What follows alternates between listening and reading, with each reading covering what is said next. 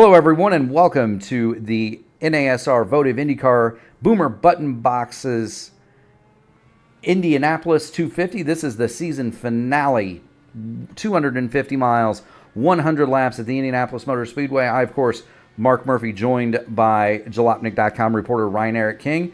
And Ryan, we have an interesting evening set forth for us. 75% fuel in these cars, as is the rule. Series organizer Shane Coker has allotted an extra set of tires this evening, so they'll have 4 sets on the pit box as opposed to the usual 3. He's going to give them 1 extra out there.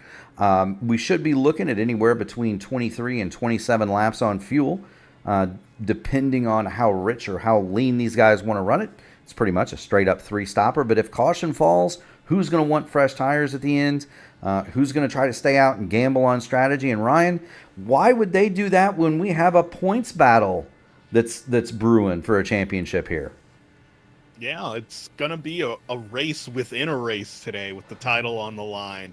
The top 8 are still mathematically eligible to win the title, but seriously looking at the window to take the points lead, the top 3 really have the most serious chance of taking the big trophy home.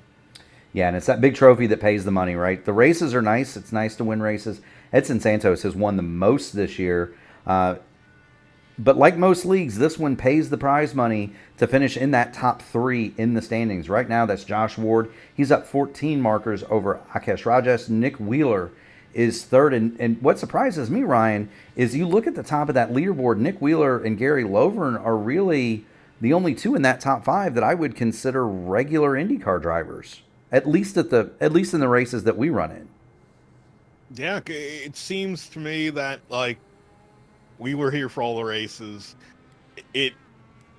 Some of the races devolved into a bit of a crash fest in certain weeks.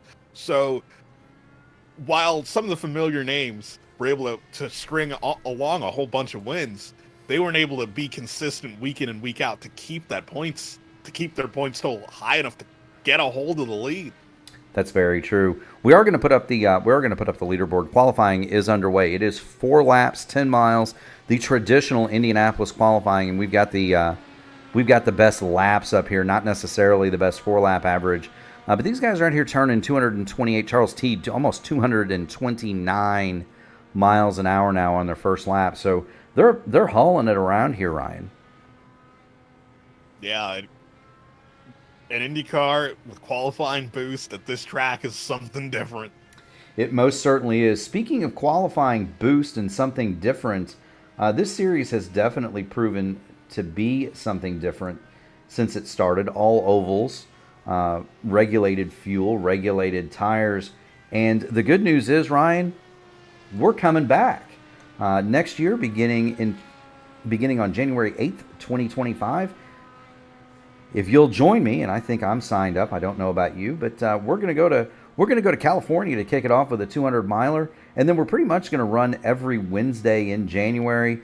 We're going to take the first Wednesday in February off, and then basically every Wednesday from the second Wednesday in February all the way down to the second Wednesday in March. We're going to visit pretty much every oval that Indy cars go to in the sim.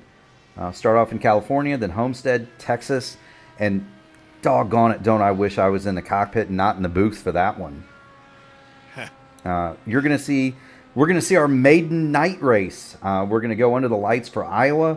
We're gonna do Gateway at night, so a little short track Wednesday night action for you, for our fans out there. Those races are gonna have different lengths too. Shane has extended Iowa to 200. Gateway to 120 laps. Milwaukee is going to be 150.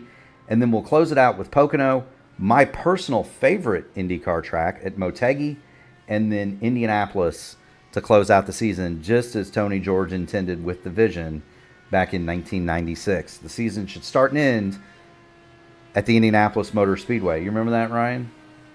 I remember that, and it wasn't as successful as they hoped. Well, look, the first championship involved math because the season started and ended with the Indianapolis 500. It involved math, and I don't think that most race fans sitting around the Indianapolis Motor Speedway on Memorial Day Sunday are really too keen on mathematics, and so that went by the wayside. Thankfully, in 1998, it did produce the first shared championship, if you recall. Scott Sharp and Buzz Calkins, if I remember correctly. Yes, kind of that weird conundrum with a lack of tiebreakers. Well, there were only 3 or 4 races, so there wasn't really much of a way to have a tiebreaker. Speaking of tiebreakers and fast cars, how about AJ Musselman? He's thrown down the gauntlet, 229, 132 for his fast lap. Ikesh Rajesh, second, Santos third, Teed fourth. Josh Ward is going to close out the top 5. We saw Josh Ward in a couple of the top split races recently. So good to see guys from this series. Branching out, and running with the community. Mason Mitchum in 6th, Eric Peterson, well-known Lionheart competitor, dark horse impresario. He is 7th, Gary Lovern, 8th for the VOR team. Hugo Galez, the mainstay. I don't think I've run an IndyCar race without a Hugo Galez in it. That guy is everywhere. I don't see how he finds time to do anything else, frankly. But Hugo's up here. He's currently 9th. Baron Glover, close out your top 10. Nick Wheeler, he's going to have some work to do if he's going to win that championship. He starts 11th. He will start 11th. Armand Juan Petrovic, 12th. Will Stearns completes his run in 13th. Josh Cruz, 14th. Turner Johnson, 15th. Scott Schrader, 16th. Series owner Shane Coker, 17th. Greg Robinson, 18th. And, of course, Matt Wagner has to be last. And we'll go ahead and show Mr. Wagner here on his qualifying run. He's got the Robert Wickens paint scheme on it. Matty Wags looking good out there, coming down for his first lap. And let's see what he does, Ryan. The other question is Matt going to have the time here? Well, there he is. So he's completed his run, and Wags will go to 5th on the board. His fast lap, 228.793. And if you notice, his fast time was not as fast as Josh Ward. So a little bit more consistent than Ward for Matt Wagner. Same, just about the same thing for Mason Mitchum. Their fastest laps were almost the same. So that's kind of where experience can help these guys out in qualifying. They know how to tune the cars up over the course of a run. You can, on the fixed setup here, you can be brutally quick for one lap. You might not be that fast on lap 4 if you don't play with your tools. That is true. And the way the championship picture is shaking out with Ikesh qualifying ahead of Josh Ward, pretty much on paper, if Ikesh Rajesh wins the race today, Ward would have to finish lower than 11th for Ikesh to win the title as well. Yeah, but the other part of that is Josh Ward's starting 6th, so he's not going to have clean air on the nose of his Dallara at the start of this race. And you know as well as I do, Ryan, you get buried in the pack here in Indianapolis. You're not one of those front 3 cars. These things can be a handful. To drive. Just looking at the weather here, it's 98 degrees on the track, 79 in the air. So we do not have awful conditions here. Actually, they're pretty decent, I would say. They're going to be conducive to side-by-side racing. I think Shane's done a good job with that.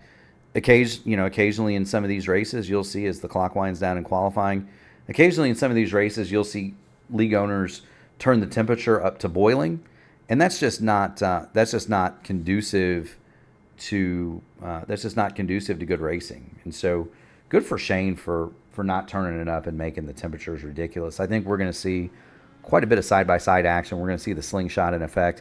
We might even, Ryan, see some pit strategy here, because I think they can go just a bit longer on gas than 25 laps if they're careful. Yeah, if they're careful and manage it, they can make it longer than 25. Also, as you mentioned earlier, there's an additional set of tires at play. So should there be a caution caution late in someone's run, they might consider just jumping in and getting a fresh set. Yeah, and that's going to be something that we're going to want to take a look at. Really, the Firestones here are good. I'm going to say they're in the window for high performance for about 15 laps, even in traffic. Once you cross that 15 lap threshold, they are not very nice to be on. You start sliding around, you start losing grip, especially if you're back deeper in the pack. It gets really hard to hang on to the car. The leader is going to experience very little tire degradation just by virtue of having clean air. Second place is going to be second best. Third place is going to have a small advantage over fourth, but anything from fourth on back, after about 15 laps, your tires are just going to be fried. Yeah, because I would call it being in a coast phase, so to speak. You can still run fast laps, but you don't have enough grip to actually get around anybody. Yeah, that's one of my Achilles heels is, quite frankly, Ryan, in the tires where I get that huge run up the inside of somebody going into turns 1 or 3, and then you turn the wheel left and you realize she doesn't want to turn, and then when you get to the apex, you realize it doesn't want to stop turning. So these drivers are going to experience that. Something that we're flying over in the scenic view here, and I got to ask, we're looking down at the championship golf course here at the Indianapolis Motor Speedway. Ryan, have you ever played there? No, I've never played at Brickyard Crossing. So for the race fans that don't realize just how big the Indianapolis Motor Speedway is, as you look down, there are 4 holes for a golf course, and it is a PGA Tour level golf course at this facility. The other 14 holes are on the other side of the backstretch. It is a gorgeous course, Pete Dye course. I played it on numerous occasions. It is a public course, so you can call the clubhouse and pay your $100. It used to be $100. You can call the clubhouse, pay your $100, and you can play golf at the Indianapolis Motor Speedway. It is also the home golf course of the Speedway Spark Plugs, the high school in Speedway, Indiana. This is their home course, so this is like where they play every day. Imagine that being a high school kid. You got to play golf at the Speedway every day. That is a very absurd prospect to have your home golf course be at the Speedway. And you can kind of see it too up in the upper, on the left-hand side of your screen, the upper left-hand side of your screen. That's the Little Eagle Creek. That thing winds around the property. It goes under the racetrack in a couple of places, but along the golf course. And so when you see guys like Dale Earnhardt Jr. on TV digging up bricks, that's where they're digging up bricks from, is the creek on the golf course, because that's where they originally dumped a lot of them when they repaved the track in the 50s and 60s and took away the bricks. A lot of them are dumped in the creek. The other thing that you may not see, just because the camera's not going to pan around fast enough probably in the next minute, there is a solar farm that provides all of the energy for the racetrack just to the north. We're on the north end now, but just to the northeast, so that would be further to the left and behind where we are, there is a massive solar farm that powers this place. Incredible. Of course, on the right-hand side, as you look out, you see houses and so forth. There's a American Legion post down there that's semi-famous, just off behind the grandstands in turn number 4.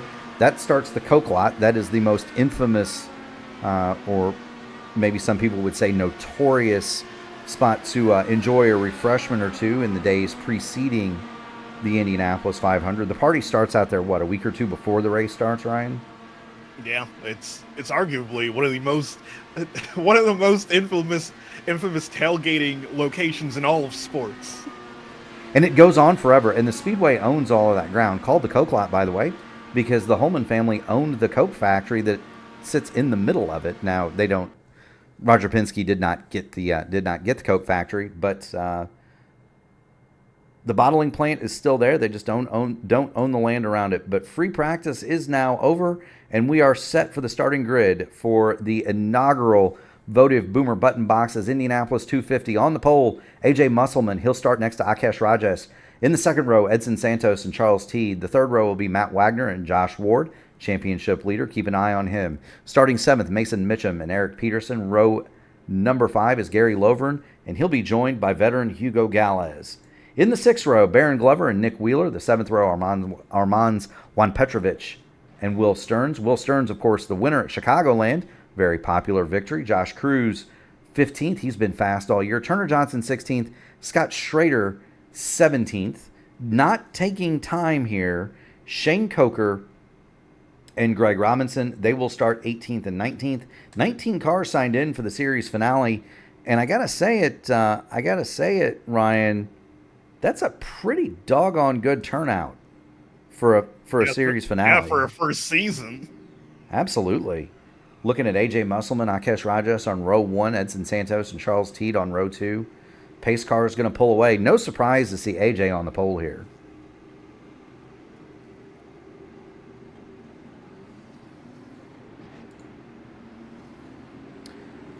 I was going to say, Ryan, no surprise to see AJ Musselman on the pole here. He might be the most experienced driver in the field at Indianapolis. And he's done some pretty high-level stuff here, too. Yeah, it takes a lot of experience to put together a quick qualifying lap here. Though time will tell if he's going to be the first one across the bricks when this is all said and done. Yeah, he was a rocket last week, and kind of the strategy calls bit him.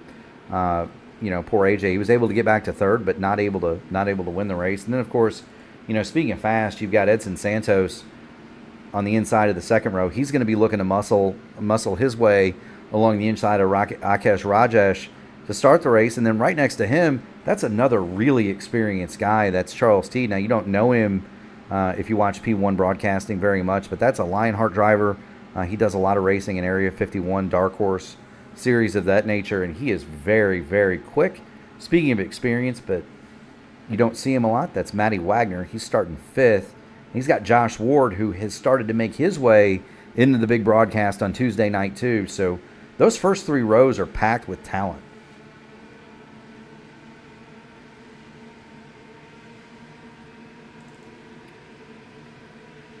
I'll tell you what we're going to have, Ryan. The pace car is going to pull off the racetrack. Barney has the green flag in the air. AJ Musselman leads him toward the restart zone. Green, green, green. Green flag is out. The Indianapolis 250 is on. AJ Musselman jumps into the lead, headed toward turn number 1.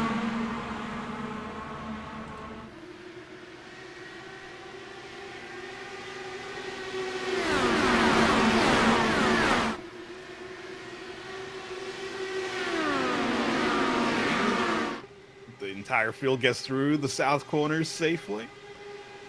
Everybody's safe going down the backstretch through turn number 3. This is one of my favorite views from our friends at Whiplash Syncams. This is as if you were sitting in the seats around the Indianapolis Motor Speedway. I have sat in this seat. That's from the top of the Holman Suites, or actually right below it was my seat for many years. If you had this seat right here in B stand, looking up the main stretch from the B penthouse, you'd be walking in high cotton. That's where senators and millionaires sit, or people like Ryan Eric King stand on the top of it. This is an amazing view. This would be if you were sitting in the North Vista. Right? These are this area of the track now is that little ribbon grandstand you saw in the background there. That is all. That's all a party deck now, and you can buy a hospitality ticket there. But leading away, AJ Musselman. We start lap 2. Musselman, just a couple of tenths ahead of Akesh Rajesh. Charles Teed has made his way into 3rd. He's past Edson Santos, who's 4th, and that's the battle right now because Edson. That's the battle right now because Edson is under fire from Josh Ward. Matty Wagner has fallen back a bit. He is 6th. You got to wonder, are the IndyCar drivers the experienced guys, the Wagners, the Petersons, the Wheelers? Are those guys already starting to play the fuel games? I think so. Like anytime you race here, if you have to make a pit stop, you're thinking about the fuel number the moment you see the green. I remember I ran 500 miles here once in a different series, and we actually talked about not switching our engines on until the very last moment just to conserve that extra 1 or 2 hundredths of a gallon of fuel. I mean, it is very, very, very, very important here to save fuel. So much so that iRacing has created a rule due to fuel saving shenanigans here, Ryan. I can't remember it off the top of my head. So you and I have both raced frequently with one of the best drivers in the service. Now he writes for a rival company, but Nick DeGroot won an iRacing Indy 500 on fuel mileage, and he was driving under caution around the warm-up lanes. And iRacing actually created a rule that said you cannot leave the racing surface under yellow because of that.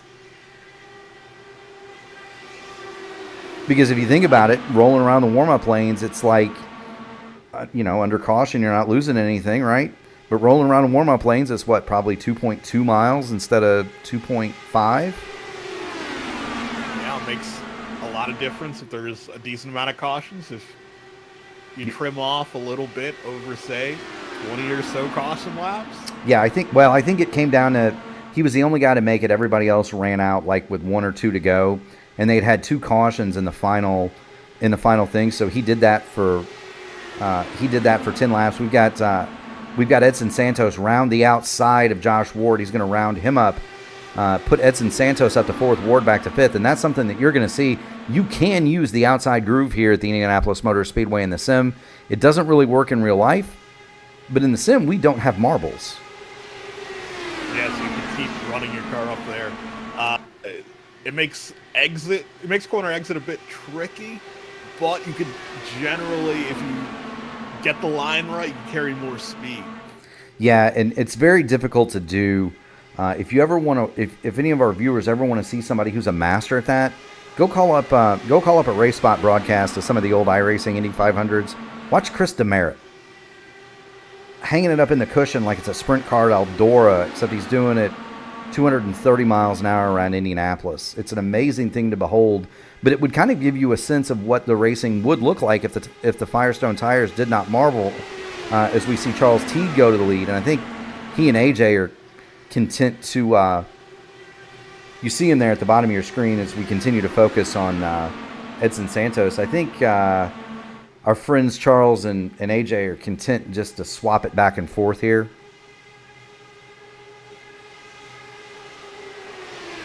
Yeah, because it helps both of them out just to lessen the load that leading a race causes. Yeah, it does. Fuel burn. It does in terms of fuel burn. It also makes it very difficult for the guy in 3rd to get a run to make the pass because of the slingshot. The guy making the pass on the inside is already going quite a bit faster than the guy on the outside. The man in 3rd really has nowhere to go, and it keeps the dirty air on his nose the entire time. I'll tell you what, Josh Ward is making every effort to get back around Edson Santos, but he is having the exact same issue that I discussed at the beginning of the show. He can get up alongside of him. He can make that draft work. He cannot complete the pass just because he runs out of real estate trying to get off the corner. He has to lift out of the throttle. Yeah, because that's the thing about Indianapolis. It's the long straights are really lengthy, but when you're going 220 miles an hour, turns 1 and 3 come at you real quick. They do, and let's show our fans how quick they do. We're gonna get on board AJ Musselman. He's going down the backstretch here toward turn number 3, and you don't realize watching it on TV that is a dead left up there. It looks nice and wide and kind of a soft angle on TV. It's a dead left, and you'll come down through here, down the front straightaway. This is what a driver would see during the Indianapolis 500, going down. It almost looks like you're going through a canyon of people across the bricks toward turn 1, the hardest corner in all of motorsports right there. 400,000 eyes watching you make these corners, assuming everybody in the crowd has 2 eyes. Down the back, and that is a lap at the Indianapolis Motor Speedway. It is that quick when you're going 225 miles an hour plus. Now, to compare and contrast that, let's have a look at what Josh Ward is seeing and feeling. So he's going to get this huge draft, Ryan. He's going to come running right up on the back of Edson Santos, 6th gear on the chip. He's going to get down there and he just can't turn. You hear him come out of the power? Yeah, it's without all the downforce there, you're struggling. There's no other way to put it. It's simply you have to slow down to get the car around the corner. You absolutely do, and the effect of that is if you turned around and looked rearward, there's Matt Wagner.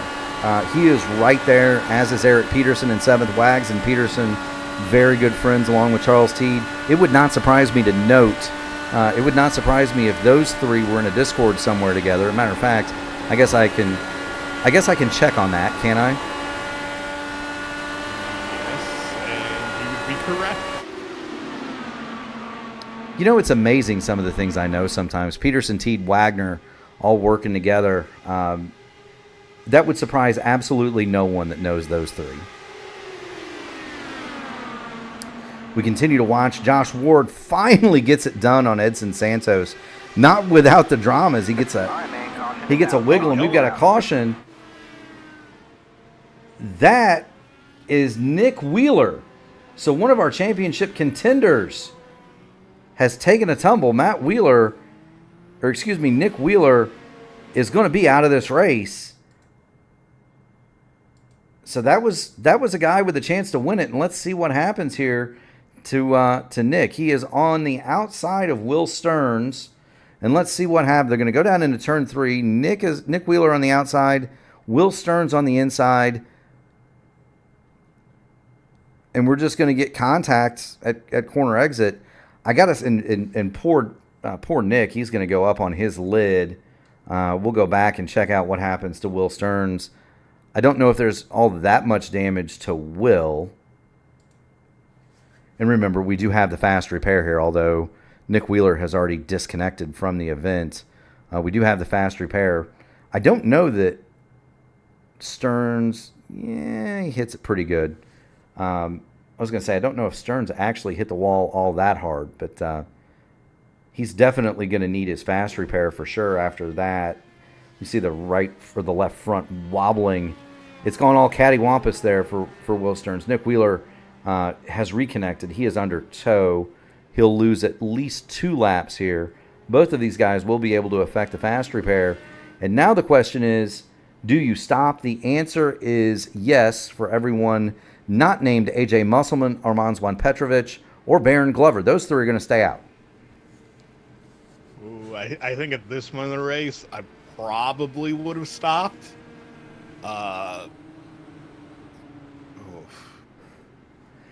You know, we don't know, right? We don't know what the strategy thoughts are exactly. This is lap 15. Charles Teed coming off of pit lane. Josh Ward, Rakesh Rajesh, Edson Santos, Matt Wagner, Gary Peterson, Gary Loveren follow him out. We don't know the pit strategy, of course. Just based on my back of the envelope calculations, I thought they could do anywhere between 23 and 27 laps. We've seen guys on full tanks here do 36, 37 laps, even out of Malechka, Orman, those guys. That. Yeah. The champion balloon foots of the community. I can't do that. I think I can make it 35 maybe. But I thought 75% fuel, full rich is 30 laps. They might be able to do 23 to 27 if they're cautious. Maybe AJ's just thinking, look, I'm going to run it in reverse like a road course race, and I can make it 25 laps as 25 laps. It doesn't really make any difference to me, right? I'm going to have to stop the same number of times. If the thing stays green and now Armand Juan Petrovich comes down pit lane, so it's just going to be Baron Glover between AJ Musselman and the field with tires. Maybe he's thinking you get another caution or 2 and he can make it, and he doesn't want to give up the track position. That is true. Track position is going to be really important today, and maybe he could stretch it out and make this caution effectively inconsequential. And that's very true. Here's the other thing. You think about track position. Baron Glover was running. He was hovering right at the fringes of the top 10. Baron Glover's now second. It's going to be, if these guys don't jump him, and we'll give Baron Glover his due. Get him on the television set. That's Baron Glover in second. Beautifully painted machine. But Baron Glover is going to be very difficult to pass once those tires come up to temp, which takes, 2-3 laps maybe? So if Teed and company don't get by him, he's effectively going to be stuck in second until he and AJ have to pit. Which is good news for him, even better news for AJ. Yeah, I was going to say, there was probably a lot of relief from the cockpit of that 54 AJM Consulting Machines cockpit when he saw Baron Glover stay out behind him for sure. So there's Mr. Musselman.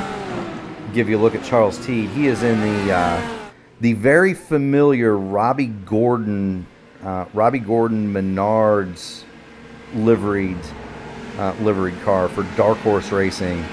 If people recall, Robbie Gordon, Green flag. and we're going to green, so I guess I better quit talking about Robbie Gordon.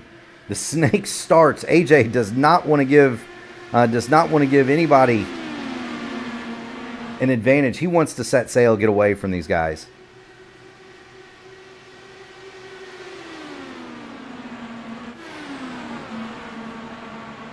Now, the snake did break up the field. Akash Rajesh is facing a challenge from Edson Santos, and I bet you Matt Wagner is going to try to muscle his way through there too, going down into turn 3.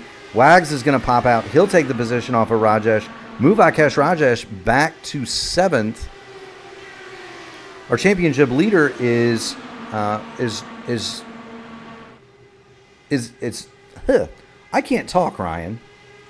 You got to step in here and help me out when I get tongue-tied. Championship leader Josh Ward is 4th, so he's gonna love to see Akash Rajesh sliding backwards as well.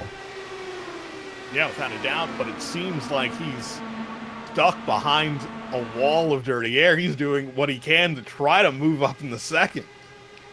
Speaking of moving up, there goes Charles Teed. He muscles his way to the inside of first Josh Ward, then Baron Glover. So now he and Ward are going to be set and primed to set off after AJ Musselman. The problem that they're going to have with that is Musselman is 1.1 seconds in the lead. He's not far enough ahead to break the draft, but he's not exactly close enough where they're going to reel him in instantly either. Yeah, and it seems like we're going to start closing that gap up real soon because they've lined up and stop battling side by side like they have in the last couple laps. Absolutely. Baron Glover, by the way, fended off the challenge from Josh Ward, so he remains 3rd. Ward has fallen back a little bit. He is just about looking at having a fight on his hands with Edson Santos if he's not careful. Wagner has gotten past Rajesh, so move Matty Wags to 6th. The question now is how far can AJ Musselman go on the petrol that he's got in the tank of the 54 Dallara? It's like he's hoping he could see lap 25 on this tank. It would not surprise me to see AJ let Charles Teed go by him just to draft. Yeah, that's the obvious way to extend your stint.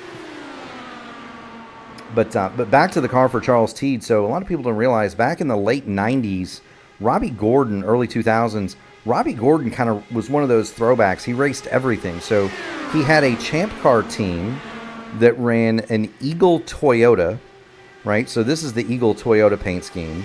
He drove for John Menard at Indianapolis, and he also raced stock cars for Richard Childress all at the same time. Yeah, you don't see that kind of thing. You don't see that kind of thing nowadays with the amount of money currently involved in racing and how strenuous all the schedules are. I wish we would, though, and kudos to Kyle Larson. It was announced recently that Larson was going to come back and race Indianapolis, and you and I have kind of talked about that before on these broadcasts. But just it's awesome for for a guy like me. I mean, I can remember the late '80s, early '90s. Al Unser Jr. going to run the Daytona 500 and did so competitively until he ran up against some guy named Earnhardt and wound up backwards in the infield, which triggered a fight between Bobby Hillin Jr. and Kyle Petty, of all people. But I miss those times, right, where you'd see guys go run different stuff. The big races attracted the big names, and that's what made the big races the big races. Indianapolis certainly one of those.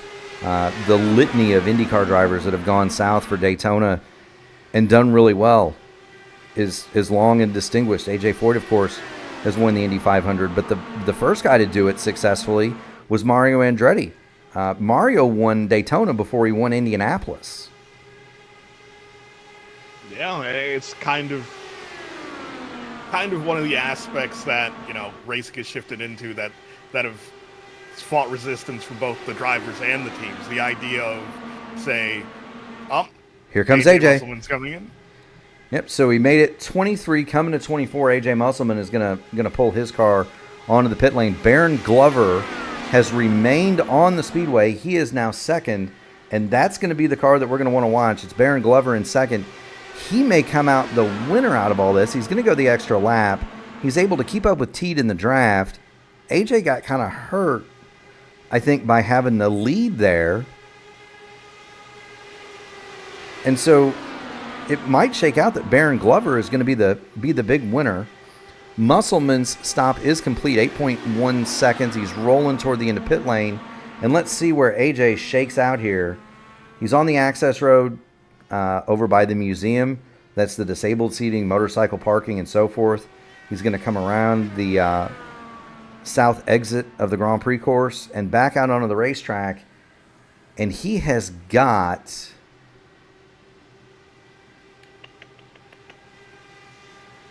about a 5-second advantage over Teed is what it's going to work out to. Glover is still out there. Yes, he is. So let's flop back to Baron Glover. We're going to keep an eye on A.J. Musselman's lap times. Glover pulling to the inside. I think that's the signal. I'm going to pit. You bang wheels with Edson Santos there, though, Baron. You might not need to pit. Might be going back to pit lane on the hook. He gets away with it. He's going to get it down to an excruciating 60 miles an hour here. Down toward his pit box. Baron Glover is going to cycle through. Fight at the front goes back to Josh Ward, your leader. Charles Teed second. Edson Santos third. Matt Wagner is now fourth. Excuse me. Akash Rajas is fifth. Going back a little bit, you've got Eric Peterson and Gary Lovern. They're in a fight with Mason Mitchum. That's 6th, 7th, and 8th, and we'll follow this one for a minute.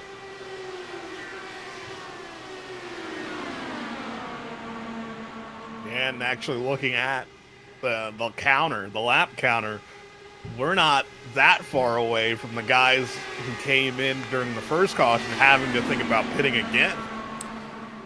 Yeah, so AJ made it 23 laps before he gave it up.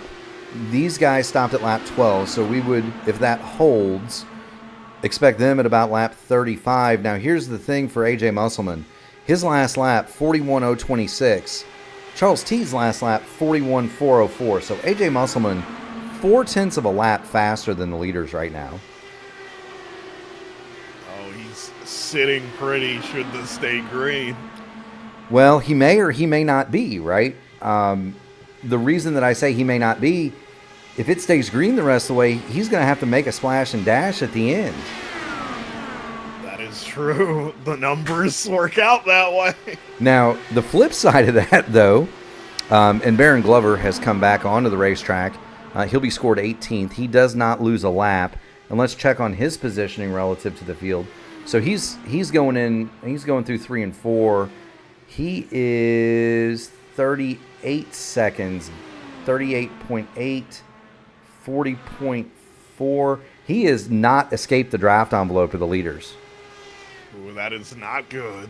Right, so the deal, and it's not good for A.J. Musselman either, because what you want to do is, if you're going to make that stop, you want to make it, and you want to do what A.J. did. You want to get out in a position where you are clear of the leaders. If you're where Baron Glover is, the leaders are going to catch you in a hurry. That's also going to speed them up. Josh Ward and Charles Teed, they're 0.2 of a lap a second faster right now at the drop of a hat because Baron Glover is out there towing them along.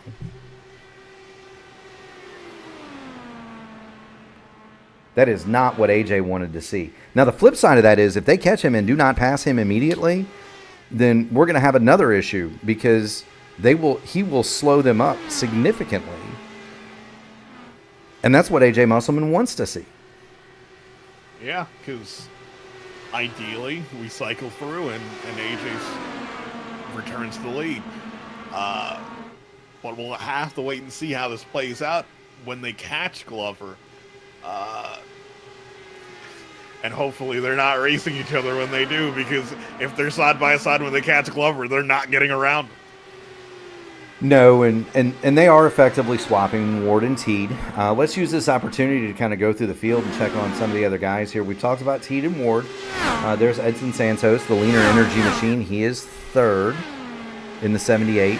Right behind him, that's the Robert Wickens liveried entry for Matt Wagner, P1 Broadcasting on the side. We surely thank him for that. Akash Rajesh in the multicolored 07. I got to say, I still love looking at Rajesh's car. The colors and the gold wheels are just it's a good looking car, man. Pro Sport Competition on the side of that one. Gary Lovren, of course, long time veteran of these wars. He is 6 for Altena Autosport in the VOR liveried car.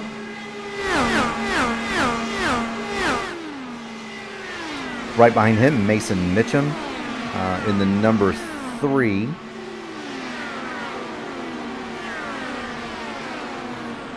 Got a lot of good-looking paint schemes here. Eric Peterson, he's, of course, in the sister car to Charles Teed. That's another Menards car, paying a little homage to Tony Stewart. He's got a battle on his hands with Hugo Galez. Is there anybody in our community that hasn't had a battle or two with Hugo Galez? I have no clue. I swear, every race I'm in, he's in. Or every race I broadcast, he's in. But good to see Hugo here running fast and having fun. He is 9th. Scott Schrader, who almost pulled the strategy coup of the series during our last race, came up just short, but he is 10th. So that's your top 10. We're gonna get back out of here. We're gonna go back to the front because we are now at lap 33, and we would anticipate that 18 laps out, we're gonna start seeing pit stops here. Give a shout out to Julian Altena, who is watching from the Netherlands. Julian giving a shout out to Leaner Energy, the sponsor for Edson Santos, Rafael Eckert, and others. Great Brazilian team, and we do appreciate their support here as well. Meanwhile, Josh Ward has caught the car of Baron Glover. Now, this becomes an interesting conundrum. Do you draft him or do you pass him? I think it depends on fuel. Oh, and it seems like he's just going for it. Now, that's good news for AJ Musselman because once Ward gets past Glover, he will no longer have the benefit of the draft. Josh Ward will instantly slow down. I'm guessing probably 41.3 is where he's going to shake out at. He was 40.949 that last time by. Of course, he was in the draft when that happened. But Josh Ward is going to now go much slower without the draft of a car in front pulling him along. Baron Glover goes to a lap down. That's not what he wanted to see. AJ Musselman has now moved to 16th. Nick Wheeler is 17th. Wheeler and Glover both a lap down. So they're going to need a caution here and some strategy to try to get back on the leader lap. Yeah, it's going to be difficult even with the caution because, again, you're not technically on the lead lap at that moment. You're the first car lap down, and we have no lucky dog here. So you're gonna have to hope that the car ahead of you decides to come in a bit. Yeah, that's pretty much it. Watching Josh Ward lead it here, lap 36 of 100. We anticipate pit stops, green flag pit stops at any time for Ward, Teed, Santos, Wagner, Rajesh, the other leaders. That will hand it back to AJ Musselman. And just as I predicted, Josh Ward was running in the high 40-second bracket, 40.9 when he was drafting up behind Glover. He has now fallen to 41.333. AJ Musselman still out there running 41.098. So Musselman goes back to being 0.3 of a lap a second faster than Josh Ward, and that's going to mean, I think, that once all this shakes out, especially given AJ's experience here getting on and off a pit road, that he will have escaped the draft envelope of the other guys in this pack. Ooh, and that is not good news for them because it's pretty much in AJ's hands the rest of the way unless there's another caution. Matty Wagner coming to pit road. Wags is going to pull it out of he's going to pull it out of fourth place. He'll come effect service to the number 89 machine, lap 38. So if Matt Wagner's pitting, my guess is these guys are just about done too. Yeah, I'd say at the latest they're coming in lap 40. Up, Ward just calling the radio. He's coming in. He is going to come in. We're going to cover the pit stop here. He's going to be followed by Charles Teed. Got to get that baby down to pit road speed. Don't get a ticket, boys. So good entry for Ward, Teed. Peterson's in there as well. This can really shake up the order in that pack. Wagner is back out. We've also got Turner Johnson, Josh Cruz coming onto the pit lane as well. While these guys stop, we're going to put the camera back on AJ Musselman. He's working his way through the north end. He's on the front straightaway. He has got Matt Wagner behind him and in his draft. I think Wags is there. Let's see. Yeah, 0.7 of a second. So Wagner is in the draft to AJ Musselman. And let's see how much of an advantage he gets. There's the leaders coming off a pit lane.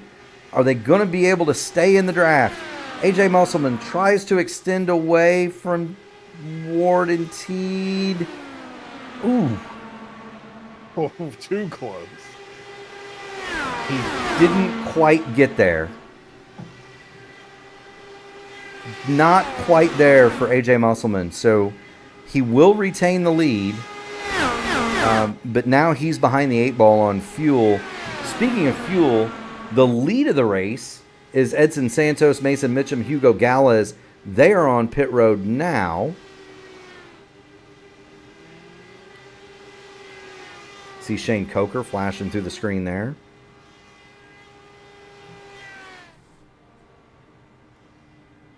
Now these guys are about 18 seconds up the road from AJ Musselman. So let's see what this looks like. The stop is going to take about 8 seconds.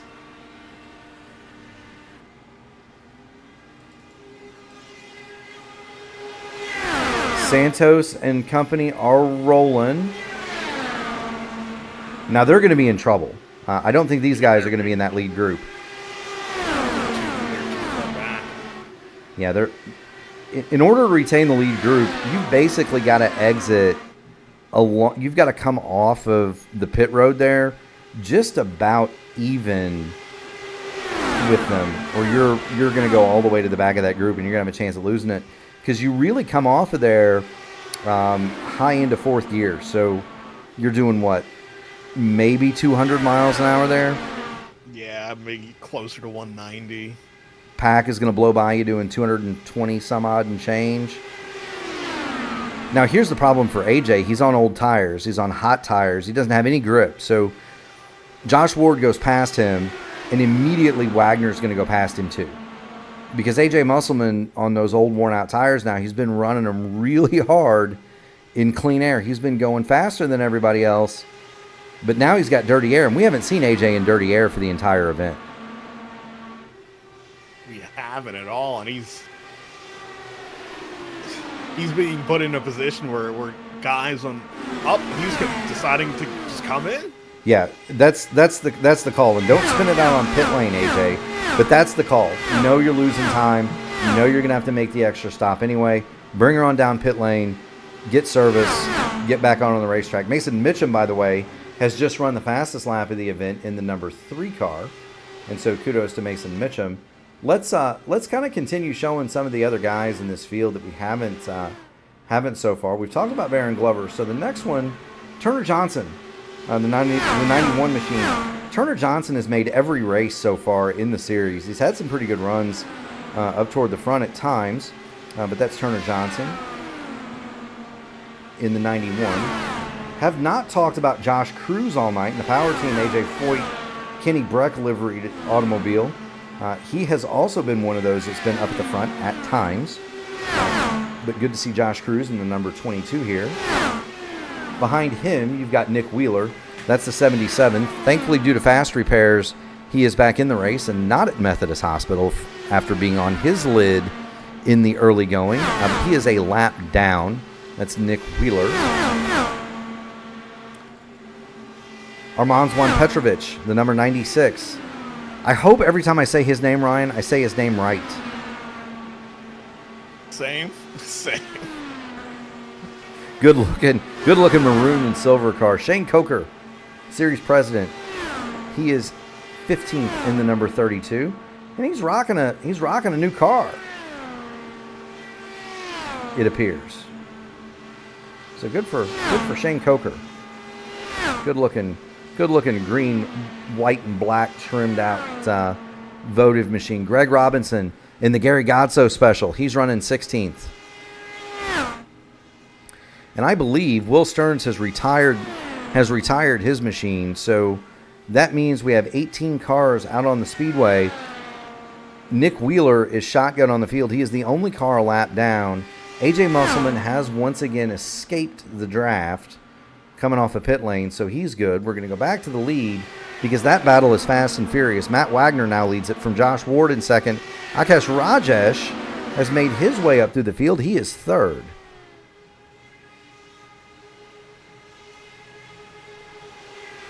Yeah, Rajesh, he needs something to happen to Ward from to win the title, but he's in perfect position if something does happen. You know, and that's the thing, Ryan. You know, a lot of people will call some of the things that happen in racing luck. There is no such thing as luck, right? You make your own luck. Seb Alexander and I had a lot of that discussion last night. Ooh, Edson just about ran out of luck and racetrack coming off of turn 1 over there into the short chute. But you make your own luck. You know, all you can do is put yourself in the best position possible, and then let the chips fall. And sometimes they fall your way, and sometimes they don't. But if you put yourself in the right spots, you have to put yourself in the position to get those breaks.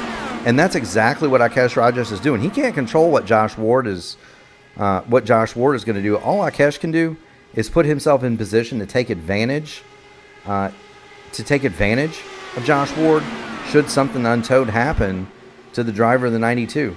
And that's exactly what he's done. Yeah, just run your race. If it happens, it happens. If it doesn't, you had a good race. I mean, that's pretty much it. You know, I speaking from experience, I won an iRacing INDYCAR championship doing exactly that. We were at Kansas. I didn't have that great of a race car. I was anywhere from third to fifth the entire race. I had to finish third in order to beat Adriano Pinheiro on points. And wouldn't you know it, you know, I'm going along toward the end, minding my own business, and there was another automobile that was not involved in the championship that's known as one of the more aggressive drivers in our community. And doggone it, wouldn't you know, I passed him and he was upside down, and that put me third. We won the championship by 4 points.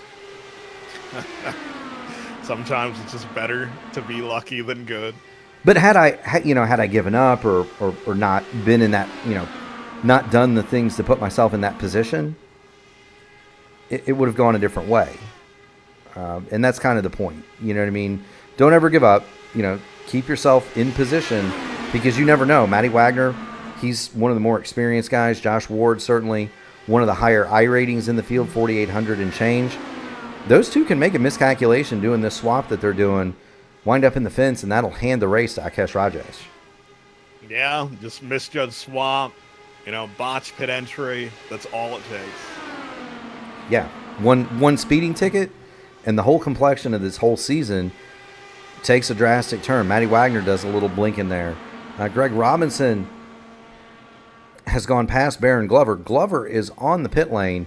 He went his 24 laps, and we're showing Greg Robinson, but he went his 24 laps, and so he is on the pit lane now.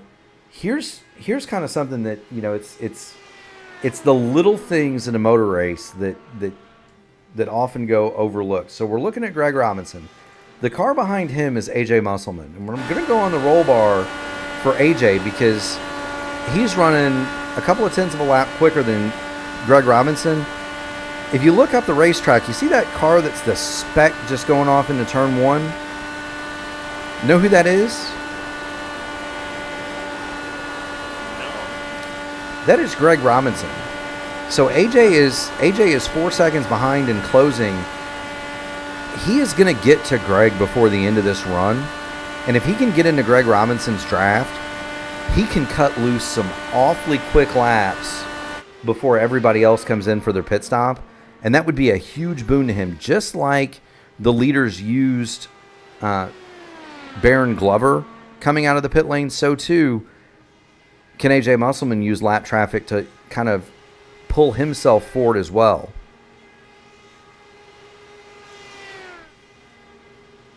With that said, back to the battle for the lead. It rages on. Wagner to the inside of Josh Ward another time. Rajesh, he and Teed, seem to be more than willing to just keep their powder cool in third and fourth. Santos doing the same in fifth. Lovern sixth. Mitchum seventh. Hugo Gallows 8th. Eric Peterson 9th. You can see the yellow car at the end of this train. 9 cars in the lead draft, and then you've got to go 13 seconds back to get to Scott Schrader in 10th. He's just been passed, though, by Turner Johnson. Yeah, it'll be interesting to see how this plays out if this group of 9 out in front can stay in the same window as AJ Musselman. Because it seems like AJ's been the only person the only one of the 3 who took that alternate strategy to really use it to its full potential so far. I mean, that's what you would anticipate out of a guy that's a driver the caliber of AJ Musselman, for certain sure. Almost 6,000 I rating, a veteran of these 500-mile race wars. He knows how to get it done at the super speedways for certain sure. And so for AJ, it's a matter of when he's by himself, he is 1/10 to 2/10 of a lap quicker than everybody else by themselves. Even swapping, he's still a touch or two of the stopwatch faster than Ward and Wagner, and they have the benefit of swap drafting with each other. That's how much better he is. And so, it's a game of can he escape? He almost did it the last time. He came out a second ahead. Akash Rajesh is going to bring his car to pit lane lap 55, and I don't know, that's awfully tight. That is awfully tight for Akash Rajesh to make it to the end of this race. He's going to get lap 56 coming across the line. Yeah, that's going to be running out. If it's 23 a stint, that's going to be running out crossing the line. Yeah, he's not leaving himself any room at the end, which could come back to bite him. Yeah, so Rajesh on the pit lane. We go back to the front. Wagner leads it from Ward. They're going to swap. Charles Teed, an interested observer of the tandem draft in front. He is third. Santos will move to fourth. And Julian, your boy, is fifth. So Gary Lovern has cracked the top 10 or the top 5 now. And we're going to watch Akash Rajesh come off a pit lane. He has not only lost a lap here, 45 seconds on the pit lane. So about 13 seconds off of what you would expect. He's not only lost a lap, he's also lost the draft.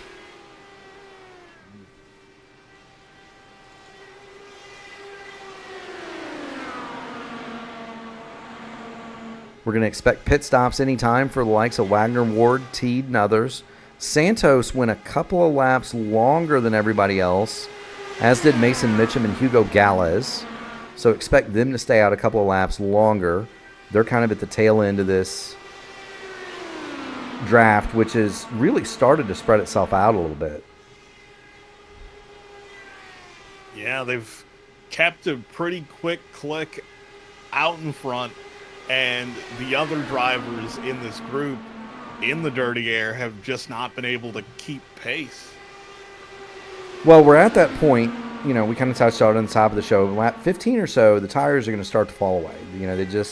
They start to lose their stickum after about 15 laps. And so at 15 laps is when we saw this group start to break apart. The front three are still right there, although big moment there for Charles Teed. He has to lift way out of the throttle. Notice Edson did not try to pass him. Santos very content to stay in that draft. Do want to give a shout out to everybody watching. We do have a rather large number of viewers tuned in here, and so thank you so much for joining us here on the P1 Broadcasting Network. If you have not done so, please do hit the like button on the video, hit the subscribe to the channel. That does help support us and everything that we do, and we definitely appreciate that. We're working lap number 59 of 100. Green flag pit stops have begun in earnest now. Josh Ward has the lead. Matt Wagner and Charles Teed have come to the pit lane. Ward going to stay out for another circuit. Now the advantage here, the longer you stay out, Ryan, what do you have to get less of at the end? Fuel. And it makes the math on making it to the end a whole lot easier, because they will have to make one more stop before the end. It absolutely does. Here comes Ward, and Teed is going to come with him. Oh, no. Pit exit. Wagner. Huge impact. Matt Wagner hard into the wall is going to be Greg Robinson. Caution is on the speedway, and that just may be the break that AJ Musselman needed here. Although I don't think he needed it right at this particular moment. We're gonna take a look and see exactly what happens. Matt Wagner, they're on the warm-up lane. They're in front of this is in front of the museum now.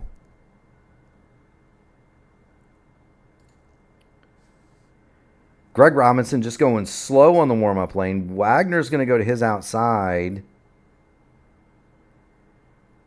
And I don't know if that's net code or if the back end just swung around on the 89, but a hard lick for both of those automobiles. The caution is on the speedway, lap 62 of 100. Now, they will both be able to affect the fast repair, but Yeah, just really unfortunate. Whether it be netcode or not, you never want to be side by side with anyone on the warm-up lane, and you can't be going that slow on the warm-up lane. Yeah, I mean, I get not being. He doesn't hit the grass, and that's going to be netcode. There was, holy smokes, there was. I'm not the steward, of course, but that was a good foot and a half there between those two cars. It's just an unfortunate break. But I get the need for Matt. I mean, he's got to go. Yeah.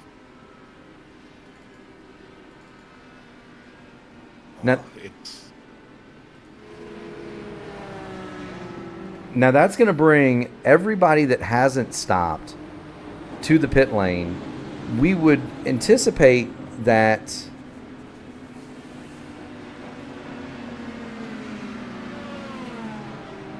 Now, AJ is going to come in and stop here. So Musselman is going to come back to pit lane.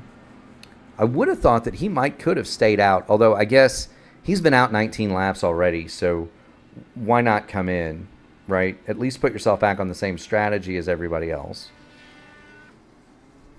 Yeah, because this is essentially resets the race where nearly everyone's on that same strategy, racing each other heads up. Yeah, there's no more strategy now. Come in, take your medicine, get your tires, get your fuel, and be ready for the end. Not a doubt in my mind that AJ Musselman is going to be able to work his way toward the front. Don't think there's any doubt in your mind either. So that's going to give the lead of the race back to Josh Ward. Teed will be second. Santos third, Loveren fourth. Mason Mitchum is going to round out your top five. Now, there are two cars in front. That's going to be Nick Wheeler and Baron Glover. Those guys have just stopped, and they're either going to go to the tail end of... Are they going to be on the tail end of one lap down, or are they going to be back on the lead lap here, Ryan? Let me double check that. Yeah, Matt, we did see that, my friends. Looked like a little bit of netcode too, but that's all right. You'll come back. You'll get him back. You'll get him back starting in season 2, buddy. Oh, they are on the tail end of the lead lap. Okay, so, well, Wheeler might be a tail end of one lap down. Glover is on the tail end of the lead lap, so huge break for Baron Glover as they go around. They go around the pace car. They will go all the way around here. And good night, Matty. We'll see you back here in January. Matty Wagner in the chat. Tough break for him going out on the warm-up lane. He has now invented more ways to fall out of long-distance super speedway races than anybody I know. I think he and I wrecked on pit lane at Michigan in the Dark Horse 2,000-mile ride. Which, how two experienced guys run over each other on pit lane, I have no idea, Ryan, but takes all kinds, I guess. Yeah, there's every possible way you could wreck out of a race in INDYCAR on iRacing. I'll tell you what, that's another series I'm looking forward to, and it'll be on P1 here on Sunday night. Some of the scheduling details getting worked out with other series that happen so that they can maximize their participation. If anybody would like to run that, it is DW12s in the Dark Horse INDYCAR series. That's led by Charles Teed and Eric Peterson. So if you'd like to do that, give those guys a shout out. Send me a message. I'd be happy to send you their Discord. The green flag is out. Racing has resumed. Lap 65 of 100. Josh Ward, your leader, and he is a big leader, and that is not a good thing going as we get to the backstretch.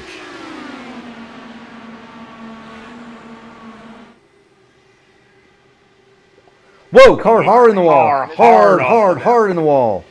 Scott Schrader, I believe. He absolutely demolished that 74 car. And let's that was shades of PJ Chesson 2003. Let's watch what happens to Scott Schrader here. A little bit too high and out of the groove, glances off the wall and just hard into the Formula One barrier. Yeah, just speared off, almost like he didn't lift. Let's have a look at that from the vantage point of Nick Wheeler, if we might. Because I believe Nick Wheeler had a come-to-grief moment. Let's get on board. Watch this. Now, we're in halftime, so this is happening at half speed for our fans at home. Watch the car coming across the track. Oof. He didn't miss him by much, did he? No, not at all. So, Nick Wheeler back on the speedway. He is one lap down, 15th. Scott Schrader has disconnected along with Matty Wagner. Greg Robinson has come back out. He is 3 laps down, so he will pass at least Scott Schrader under this caution.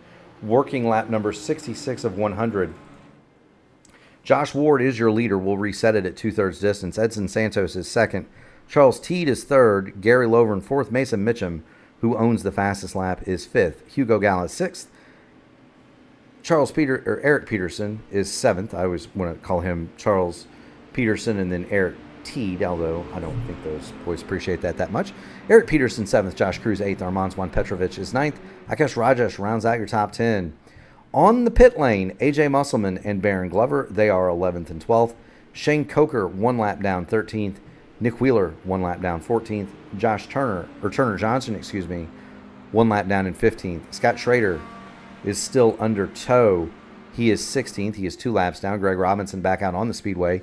He is 17th. Out of the race, Matt Wagner and Will Stearns, 18th and 19th. 2/3 distance here at Indianapolis, lap 67 of 100 here on the P1 Broadcasting Network. You are watching the NASR Votive INDYCAR Boomer Button Boxes INDYCAR Series Indianapolis 250.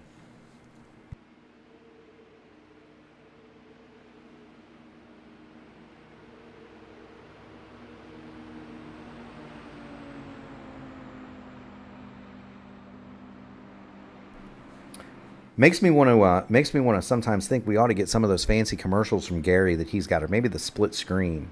Think we can talk him into that, Ryan? Maybe. I'm pretty sure he would give us the assets to that. I don't know, man. I'm still kind of trying to figure out how to produce these things. I feel like we get a little bit better every time. Maybe by season 17 we'll be in good shape. We are seeing Juan Petrovich fake like he's going to go down the pit lane, and he will. So guys are starting to play the fuel games, trying to make that last stop as short as it can be. You don't think about it necessarily when you're driving the car. 32 laps to go. We've established 23 to 25 laps as the ceiling. So you're going to need 9 laps of fuel, and I assume you're going to want to take some tires. Yeah, arguably, I would do as our friend Nick DeGroot would do, where you just run it to the point where the window opens and you pull in immediately. You can do that. The other thing that you can do, and I'm looking at AJ Musselman, he just came and got tires. Now, they're not going to like him very much if he does it, but he's only going to need 8 laps worth of gas. Maybe 8. If he saves, he might only need 5. That's what, 3 gallons? 3.5 gallons? I don't have my tables in front of me. I did not come prepared tonight. I suppose I could go to the IR Discord and figure it out. But he's put himself in position where he may only need a splash. Now the rule is, as we come back to green, if you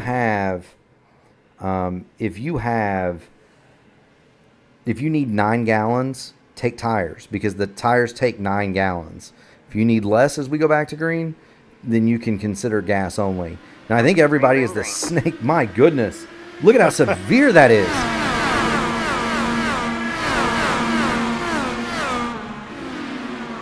Everyone got through that okay, because normally you see a snake that aggressive early on, someone misjudges a line. That is very true. Now, we're going to watch a guy who's going to be in a hurry. AJ Musselman is going to throw it up. Looked like he was going to throw it up the middle 3 wide. He's going to draft down. Oh, no! All right, man. Caution is out. Caution is out. Edson Santos. Hard into the inside retaining wall. And And that was after making contact with the points leader, Josh Ward. What have we got here? So it looks like it appears as though Teed is in the middle of that mess. And they all kind of come together. Santos bounces off of Josh Ward leading the race, bounces off of Charles Teed, attempts to take flight, and then goes hard into the inside wall. And that's going to bring out the caution. Hopefully no damage to Ward and Teed. They have been fast. What I was following there was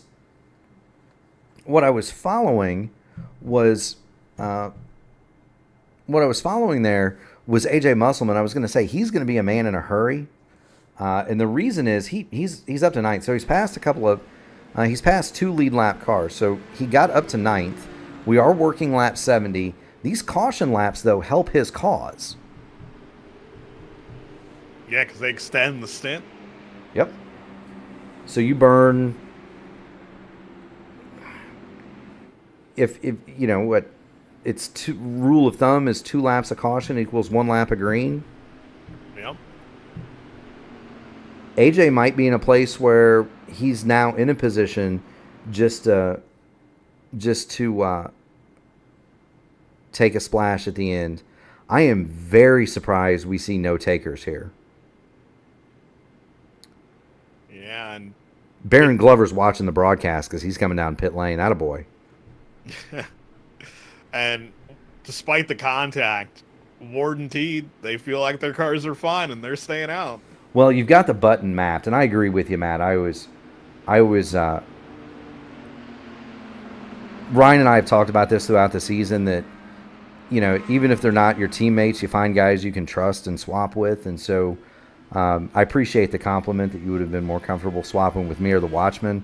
I'm more comfortable telling time. I'm more comfortable telling time now that the Watchman's fixed me up. One of the probably coolest prizes I've ever won in iRacing. The winners of the Dark Horse 2,000-mile ride races all got watches. Have you seen those things, Ryan? Yeah, I have. They're pretty sweet.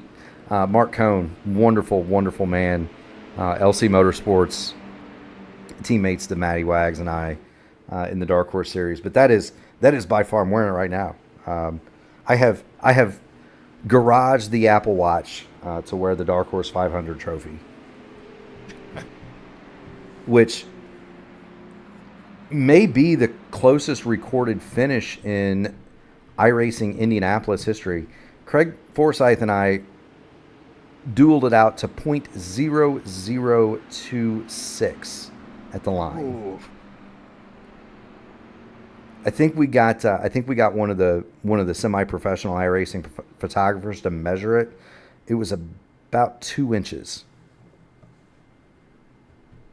Oh, you can't. It is harder to get closer than that at Indianapolis. You've got Juan Petrovich. Baron Glover is going to come back, and I'm assuming he is going to top back up. Greg Robinson going to pull it down the pit lane. So the fuel games have now begun in earnest. And if you're Baron Glover, why the heck not, right? You're going to come back. You're going to get the green. The lights are out. You're going to come back and get the green with 26 to go. Why not put that baby in Fuel 5 and see if you can't make it? Yeah, you got nothing loose. I mean, you're tailing the lead lap anyway. That's exactly what I would do. That's exactly what Nick DeGroot would do. We got to get him on one of these broadcasts. I'm going to give Nick a call. We'll have a session. We'll have a section of the broadcast. What would Nick DeGroot do? Lap 72 of 100, working the backstretch. Ward, your leader. Teed is going to be second when we go back to green. And Julian, the VOR car has made its way up to the podium. Gary Lovern is third. Basin Mitchum still owns the fastest lap of the event. He is fourth. Hugo Gallas, the veteran, will round out your top 5. Josh Cruz is sixth. Eric Peterson seventh. Akash Rajesh eighth. AJ Musselman ninth. Now Musselman is 4 laps better than positions 3 through 8 and 6 laps better on gas than Ward, Teed, and Lovern. Juan Petrovich and Baron Glover, they are full of fuel, as is back on the lead lap Nick Wheeler. So 12 cars are going to be involved here. Shane Coker, Turner Johnson, Greg Robinson, Edson Santos all out, but they are laps down. Pace car is off, and we're not going to go from the flag stand this time because here it comes. Green, green, green. The Dragon is in full effect. 27 laps to go to decide the Boomer Button Boxes NASR Votive Indianapolis 250. The race is on.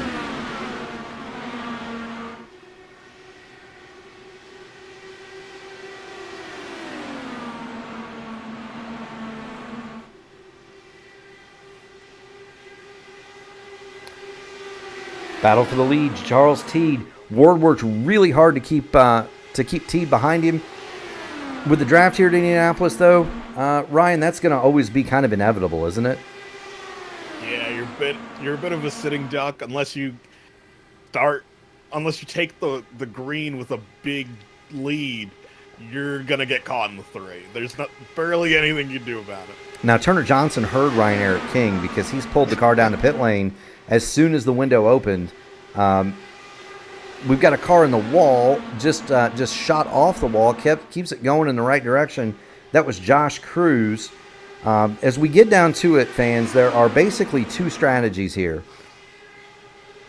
The first is you can try to block that run on the backstretch, or you can assume the lead earlier and just hold the bottom line. Those are the 2 ways that you can try to win this race, and there's not really a right answer here. Now, there are many different ways to take and hold the lead here. There are indeed. You don't want to start running those aggressive lines yet. We've still got 25 laps, over 50 miles to go. As the Rocket Rick Mears would say, it's not yet time. Right? It's okay to go crazy, but it's not okay to go crazy early. The status quo just fine for the front 3. Meanwhile, Mason Mitchum and Hugo Gallows look on from 4th and 5th. You've got some separation back to Eric Peterson, and there's Eric. He is 6th. Josh Cruz is spinning in front of Musselman. No! And you're going to collect Rogers. The caution is out. Oh. Now I bet everybody comes and gets some gas. AJ, don't tow it. He did it. I was going to say, AJ, don't tow it. Just limp it back. Get the fast repair. But he must have been unable to drive the machine. A tough break for AJ Musselman. And let's see what we've got going on here.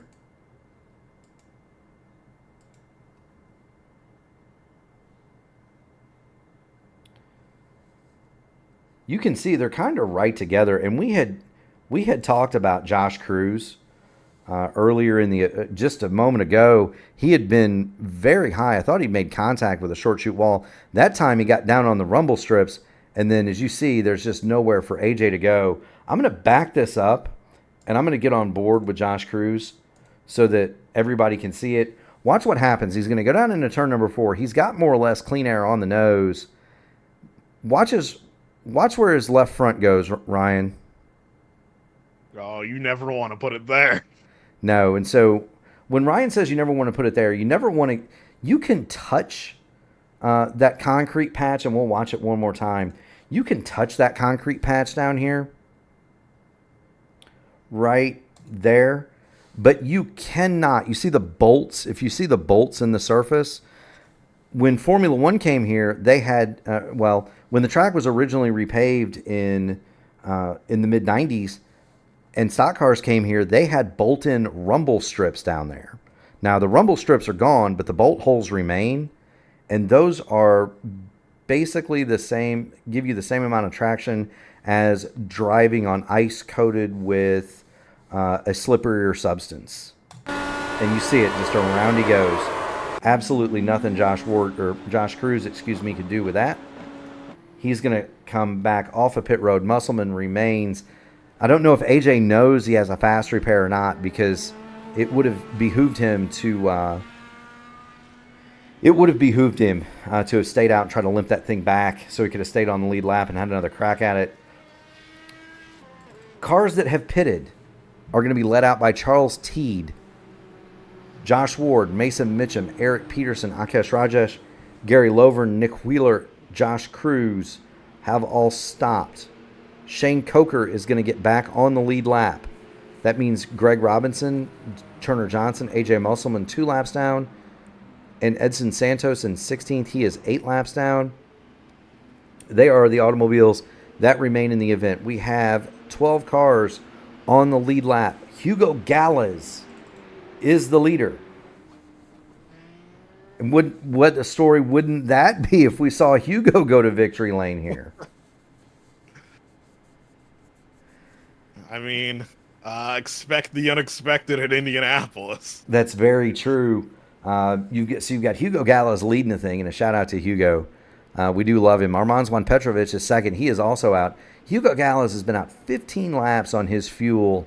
I don't think he's got the steam to make it, but crazier things have happened. Armand Juan Petrovic and Baron Glover are second and third. Juan Petrovich and Glover stopped under that last yellow, so they have only done a couple of green flag laps. This may put them in a position. Heavy Hauler says Ward is slow. Well, he's led most of the race. I don't know about that. Armand Juan Petrovich is second. He and Glover stopped under that last yellow. This caution is likely going to put them into a position where they can go full tilt or close to it for the remainder of the race in the draft. Everybody behind them is full of fuel, no questions. There is a catch here, though, Ryan. And the catch? The catch is catch 22. There's always a catch. Haven't you read that book? Turner Johnson is immediately behind Baron Glover. Turner Johnson, 2 laps down in 13th. He does not have to get out of the way on the restart. So there's one car that Teed, Ward, and company are going to have to clear when the race goes back to green. It's going to be under the control of Hugo Gallas to start lap number 79 of a scheduled 100 here in the NSRA Votive Boomer Button Boxes, Indianapolis 150. The pace car is going to take the hard left on the pit road. Kind of drifts it in there, doesn't he? Green, green, green. There goes Hugo. The race is back on, and unlike his competitors, Hugo Gallas did not do the snake. Josh Ward got the drop on Charles Teed, and that's going to be something the stewards might want to look at. Josh Ward was pulling out to make the pass before the before the start-finish line. Yeah, let's watch the restart here. So here's the restart. We're coming back to it. There you see the green. And I don't know if T didn't hit it, but Josh Ward definitely pulled out there to make the pass before the start-finish line. They race on. Ward 4th, T 5th. Baron Glover has assumed 3rd, and they've got a bit of a gap now between themselves and Ward, and Baron Glover still has Turner Johnson between him and the presumably faster cars that are on full fuel. Hugo Gallas and Armand Juan Petrovich, though, they're putting on a show at the front of the field. Yeah, they know the race could potentially be on the line, and they don't want to give an inch. No, and Hugo's now taking the classic defensive line. He's pulling all the way to the bottom. Josh Cruz is going to pull his machine down the pit lane. He's got that classic defensive Indianapolis line. I'm going to take the bottom. You, young man, you run wherever you like. I'll be right down here.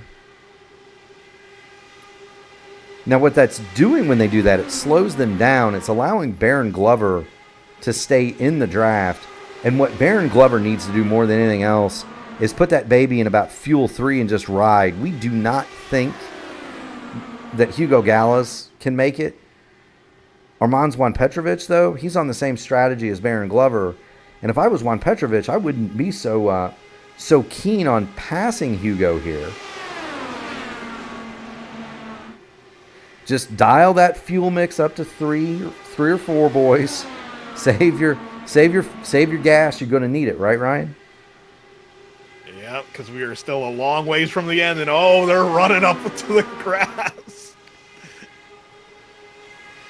That is a Dallara IR18, Armands. It's not it is not a lawn tractor. You don't drive these through the part that's supposed to be mown. Yeah, Tony Kanaan can tell you about that one. That was one of the wildest things I've ever seen. And just the fact that Kanaan is so nonchalant and cool about it, right? Like, whatever. I did not see it in front of me. I was on the front straight, but we saw it on the replay board and just looked at each other and said, he did what?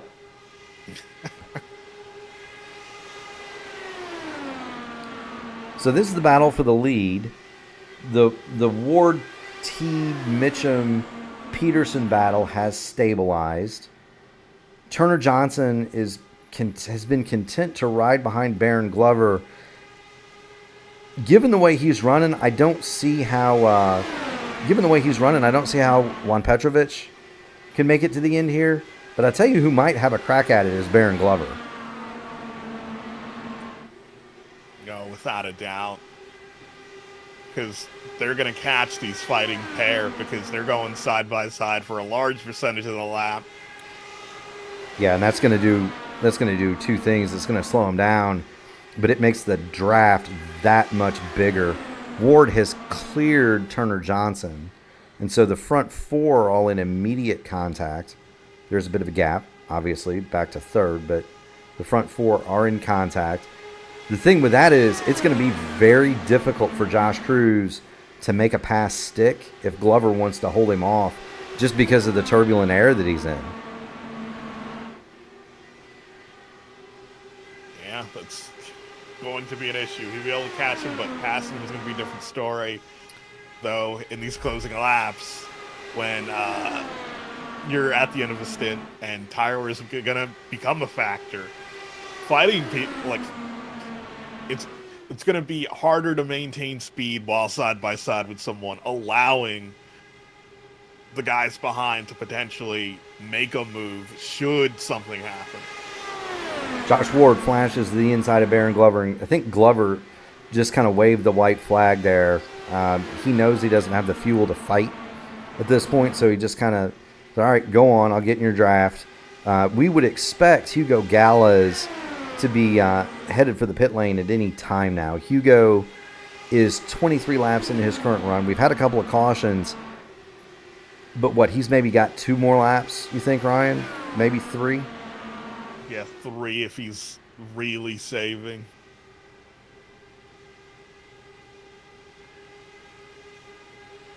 So Hugo's saying, man, give me a caution. Caution would dramatically change the notion of, like, change the state of this race. Say, you have a nice chess game set out on a folding table and someone just walks up and flips it. Yeah, it would, because, we've had some cautions in this race. Who's got that extra set of tires left? Maybe some of these guys don't. We know Hugo probably does. But who has that extra set of Firestones sitting on the pit wall? The other thing is, if you're battling with Armand Juan Petrovic like this, if he had to pit that lap, he couldn't have done it. Juan Petrovic got to his inside immediately on the exit of turn number 4. Yeah, usually if you're in a spot like that and you need to pit, you need to slow up and fall behind, and that costs you time.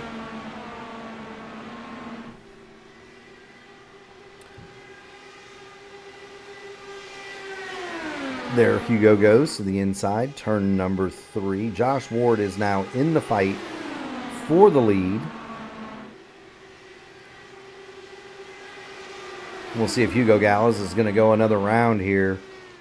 He is going to stay out. So one more time, Hugo Gallas leads the NASR Votive Boomer Button Boxes Indianapolis 150. We're getting down to down time to pay the money. Now is when Rick Mears would start to stand on it.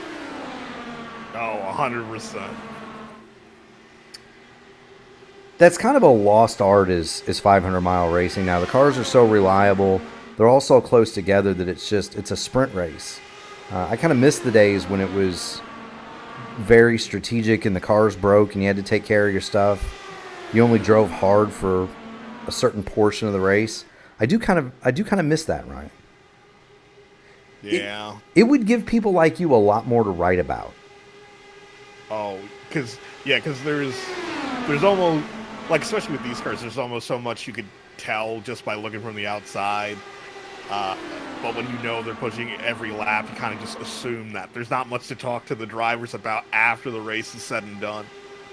Yeah, I mean, whether you're first or 27th in that deal, you're pushing full push the entire race. Gallas goes by Juan Petrovic. They're swapping it on the front. They're swapping it on the back. It's just a matter of when is Hugo Gallas going to peel his machine down pit lane. He's not done it yet. He'll go for lap number 28. And this would be 29. So is that a Volkswagen in the back of that 57, or is he got an extra fuel tank, or what's going on? We got 10 to go, and I don't think he's going to be able to make it. He's going to have to come in. Yeah, he's been out 28 laps. Armand Juan Petrovic, I like what Baron Glover is doing. It's pretty clear he's been using the draft and saving gas. Juan Petrovic, though, has not been. He has been going full tilt this entire time. So it'd be interesting to see. Hugo staying out. So this is by far the longest that we've seen anybody run. I think 25 was the most so far, was the longest run on a stint, Ryan? Yes. Longest so far. And we got to talk about the guy in third, Josh Ward, where he's not only trying to win this race, but he's trying to win the championship, and he can't afford anything going wrong. Yeah, I mean, it's almost as if he knows the fuel situation. He's like, man, I'm going to stay in the draft envelope of Juan Petrovic, but I'm going to back off just in case one of these guys runs out of gas. Here comes Hugo Gallas. And so he has given up the ghost, coming to get 8 to go. That's going to put Josh Ward in the second. My guess is he is immediately going to try to go by Armand Juan Petrovic and try to put as much distance as he can between himself and Charles Teed, because Teed is very, very quick here. Oh, if I'm Ward, I'm sitting pretty. I'm saving fuel. I'm going as long as I can. Yes, winning the race would be nice. Oh, no, Juan Petrovic, hold on, buddy. He got up in the wall. He saved the automobile. Armand Juan Petrovic, though, comes to grief. We're gonna go back and take a look at it.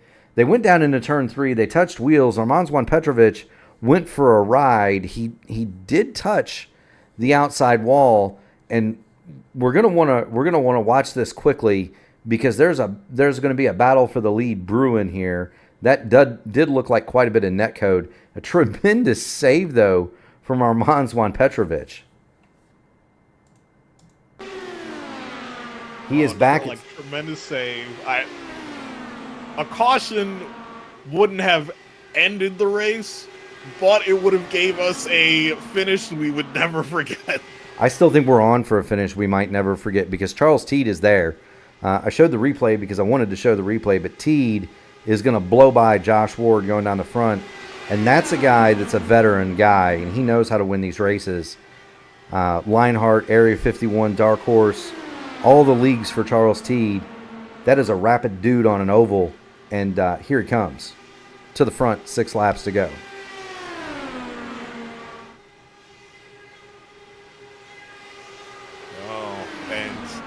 Now in third to catch Rajesh.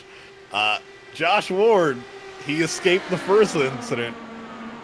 I wouldn't risk that again, because you're not only gambling the race, you're gambling the title. Yeah, Juan Petrovic, he's going to give up. He's going to come to pit lane. Whether it's out of fuel or whether the toe links are bent, one only knows. But Armand Juan Petrovic is headed for pit road. That's going to move Hugo Gallas back into 10th. Shane Coker very quietly has driven his machine up to 9th, so great run for him. And give a call down to Gary Lovern. He has been around the top 5 all day. He is currently slotted in 6th. Eric Peterson has made his way up. One would think to try to see if he can support Charles Teed here. Yeah, because any support would be beneficial in an end game moment like this. All right. Now the time to play nice has ended. Charles Teed just held the inside there. He made Ward go around the outside. Now, Ward was able to do that. Shades of Rick Mears and Michael Andretti in 1991. He was able to do so. That is going to get much, much more difficult as the race goes on. Not only that, Ryan, but Teed did not elbow Ward up the track. He went to the bottom and signaled he wasn't going to give it up. But he didn't really contest it all that much. If it's come to the checkers, it's probably not going to be that easy. Yeah, it's going to be elbows out if we're running through the checkers. It most certainly is. Ward going to go back to the lead down the front. Now they're going to have some dirty air from Armand Juan Petrovic up in front of him, and that's going to hurt. That's going to hurt whomever selects his line. Teed trying to get back to the inside, and here comes Rajesh We're going to go 3 wide here, I think. No. They thought better of it that time. Now that lap car of Juan Petrovic up there, that's only helping the leader because they're in his envelope.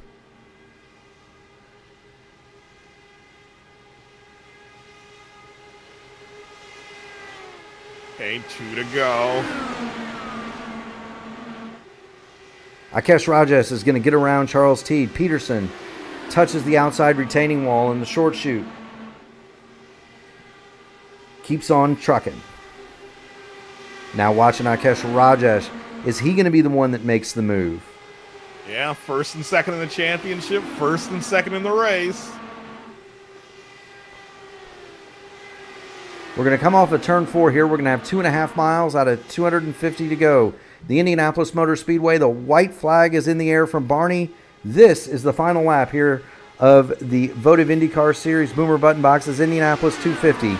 Josh Ward leads it. He's got Akesh Rajesh, his championship rival, right behind him. Ward also leads the points.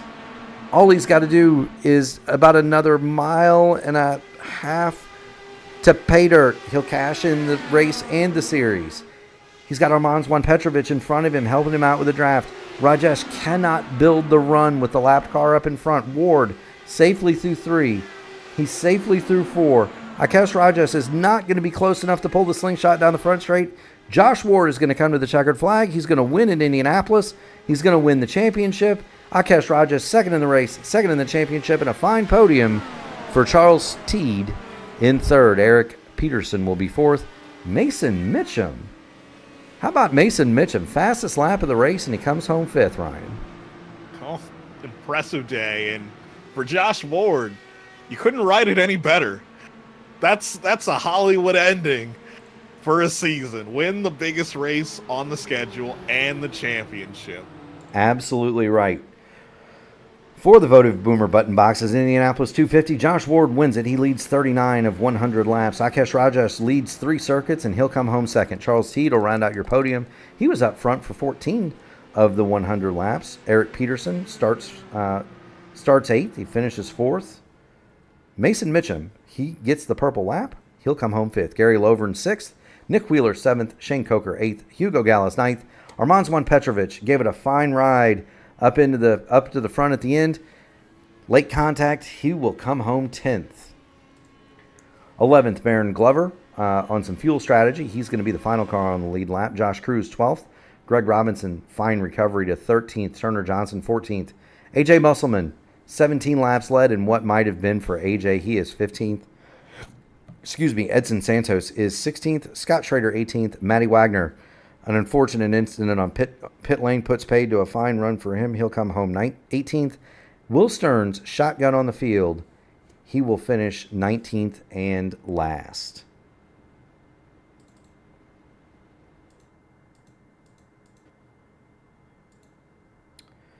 See if we can't get some replays queued up here.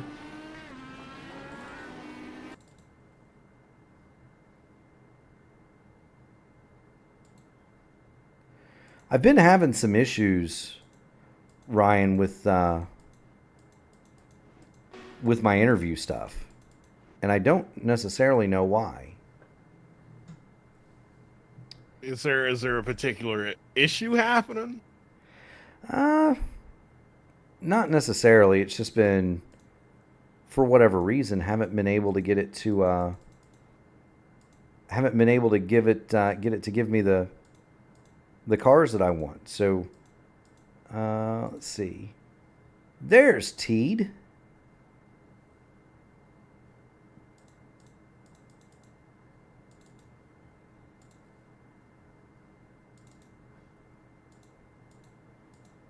We'll mess with this for just another couple of minutes, and then we may have to, yeah, I don't know. Okay. So, give me one more second to try one more thing here.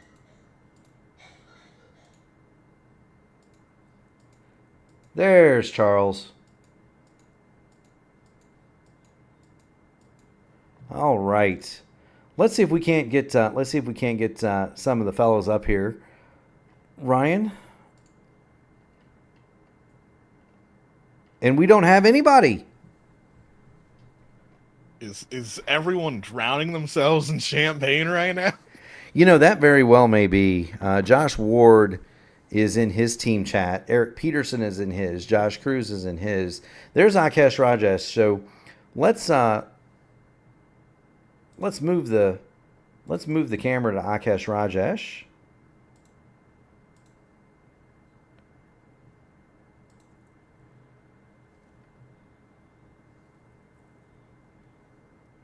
And see if we can't get him up here. Akash, Mark Murphy, Ryan Eric King in the P1 broadcasting booth. You got a copy? Yeah, I got you guys. You have me. Perfect. So second in the race, second on the season. It wasn't always up front today for you, but you were there when it counted. Kind of talk us through your half distance run here today at Indianapolis. Yeah, so I started in second, so that was great. And starting alongside AJ, he's really fast, so it was good to just start, trade places, save fuel, and just kind of settle in.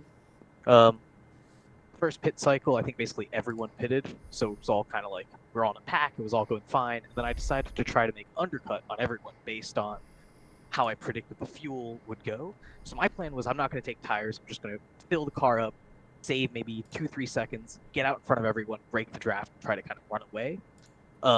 But I don't know if that was on the broadcast, but I had probably the worst pit stop I've ever had in my entire life. Lost like 10, 11 seconds. And from there, it was just kind of trying to come back and catch up at the finish. And yeah, thanks to those last few cautions, then some fairly aggressive driving on that last stint, I was able to come back to a second. And I think that was the best that I could have salvaged after that horrible pit stop. But massive congratulations to Josh. He drove almost a perfect race today, really. And yeah, he has been awesome this whole season. And I'll be excited to come back next season to do more of this. Absolutely. We'll be excited to have you. This has been a lot of fun for Ryan and I both to cover. Ryan, do you have anything for Akash Rajesh this afternoon? No questions. Just, Akash, you drove fantastically all year round, and it showed today. Like, if you come back next season, you're definitely penciled in as one of the favorites for the championship. Thank you. Yeah, I'm definitely coming back next season. I've had too much fun, and I think my Wednesday nights will kind of be incomplete without this now. So I'll definitely be back. Excited to see the new tracks and stuff that's going to be there next season, and yeah, it's going to be a lot of fun. Absolutely. Well, we're having just as much fun up here as you guys are down on the track. How about friends, family, sponsors, anybody that you'd like to give a shout out to this evening? The floor is yours, sir. You have earned it. I guess I would shout out Pro Sport. They're the team I work for in real life in SRO, and they've helped me a lot in terms of getting into sim racing, and that's actually the scheme I run on my car too. So a massive shout out, thanks to them. And yeah, that's about it. Absolutely. Well, Akash, don't spend your prize money all in one place, brother. And keep going fast and having fun. We will see you back in January. You hear?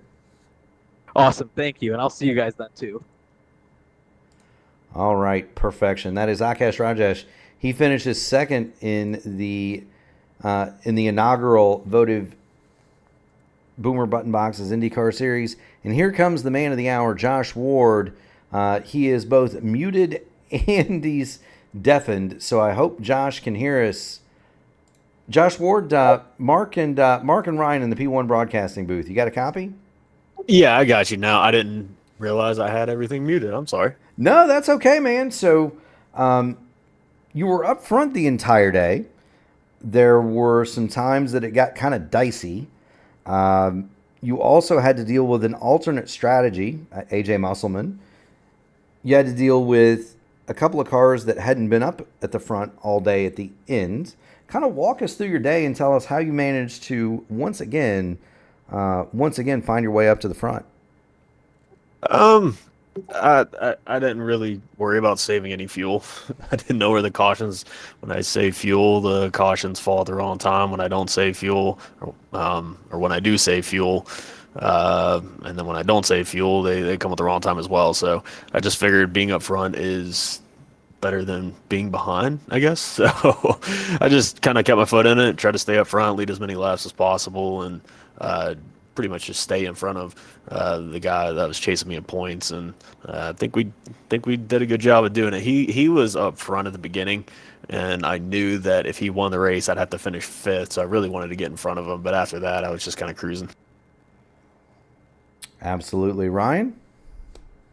Yeah, especially how did you deal with all the twists and turns that came with this race? Because early on, it felt like we were going to go a long way without a caution, and then especially approaching that final set of pit stops, we had a number of cautions that really made people reassess their position, how they were going to approach the end of the race. Yeah, I mean, once it got towards the end, I was kind of just waiting for that, fuel window to open up about 25 laps or so, and kind of give myself a lap or two more in my head. But the cautions fell, I mean, pretty much perfectly in my favor, which is one of the reasons I ended up front. Just really wanted to get in the fuel window. Early on, I wasn't calculating fuel, but I knew with that last pit stop that we were going to be able to make it with about 1 lap of fuel left. So I was trying to save a little bit so I could go all out at the end, and got really lucky that a lap car pulled out 2 seconds in front of me the last 2 or 3 laps, because wasn't able to get past right there. Yeah, and that was kind of something. It wasn't as though the lap car decided the race, but it kind of did. With a lap guy up there, you're able to get quite a bit of a tow, and that makes it much more difficult for the guy in second, because he's now effectively third. He can't build that run any longer on you. So for me, Josh, congratulations, man. I hope we keep seeing you on that Tuesday night deal. You're a lot of fun to race with. Yeah, I run it when I can. I don't really consider myself a super talented IndyCar driver. I have a NASCAR background, but race a little bit open wheel in real life, and I just figured it'd kind of help. And this side of things it's really clean. It's a lot more friendly, if you will. It seems to be a lot more respected. Go to the Indy 500 every year, so even just to win it on iRacing is special. Now, he's being modest. We were racing in Atlanta, and he blew by me like I was tied to a post. So good on you, Josh. Congratulations on winning the series. Congratulations on winning at Indianapolis. It's always a special thing. One of the things that we do here at P1 is if you win an Indianapolis race on P1, take a picture of yourself drinking the milk. Put it on our Discord. We love collecting those. So congratulations to you. And all of your connections. Any friends, family, sponsors you'd like to give a shout out to today? Yeah, Shane for putting on the league. It's been a lot of fun, and he puts a lot into it, and he doesn't get paid to do that. So just anybody who puts that on and puts the work in is, I appreciate that, because that is a thankless job that I do never want. I've been on here 10 years, and I've never had the desire to run a league even for a single day. So I appreciate that. LN Carts on the side of the car every single week, and those guys that help me race in real life, and pretty cool paint scheme, and running out on the track and then running on here too. I do want to apologize for, I think it was the 96. We made some net code in turn 3, and I mean, it was with about 10 laps to go, and I watched it. I mean, there were 3 feet in front of us. I wasn't even trying to get close to him, but really try not to race like that. But overall, pretty good race. Absolutely. Well, Josh, congratulations again. We look forward to seeing you drinking the milk, and we'll see you again in January. All right, my man, keep going fast and having fun, and I will see you on a Tuesday night sometime in the future. All right, man. Sounds good. Thank you. Thank you, Josh. And so that is Josh Ward, tonight's winner, the inaugural season champion. We'll get everything out of here. And really, just, Ryan, this has been a lot of fun. Yeah, where even tonight we saw it, where this race was completely unpredictable. And up until the closing laps, legitimately, two people had a real shot at winning this championship. Something could have happened to Josh out there, and Akesh could have won the title. Absolutely, and good on everybody who came out to run this season. I know that there are some guys on vacation and guys that couldn't make it for whatever reason tonight. But this is a testament to the organizational skills of Shane Coker, and I know Shane's out there listening. So thank you so much, Shane, for putting this on. It's absolutely an awesome league to announce. There are times I wish I was out there driving in it. Maybe we can maybe we can rope Gary into calling one of these things sometime so I can go race it. But it's just been a lot of fun, Ryan, and it's been a lot of fun for me calling it with you. It's really enjoyable to see guys like Hugo Gallas and Gary Lovern and Will Stearns and Matty Wagner, guys that we don't see on P1 a whole lot in the official stuff. But these are awesome drivers, and it's good to see him. It's good to see him out here driving. It's good to see him on the channel, and good to see him going fast and having fun. And that's what all this is about. It's also about giving thanks to the people that. It's also about giving thanks to the people that do do things every day to keep us safe, so that we can do this. So, thank you to all of the military, the first responders, the police, the firefighters, the medics, the EMTs that do the job at night, so we can put our heads on the pillows and get a good night's sleep. For everybody at P1 Broadcasting, Ryan Eric King, big shout out and thank you to Gary Godso, Whiplash Simcams, just everybody in the background that makes this possible. This has been the first full series that I've ever produced, and I cannot wait for season 2. We will see you again in January.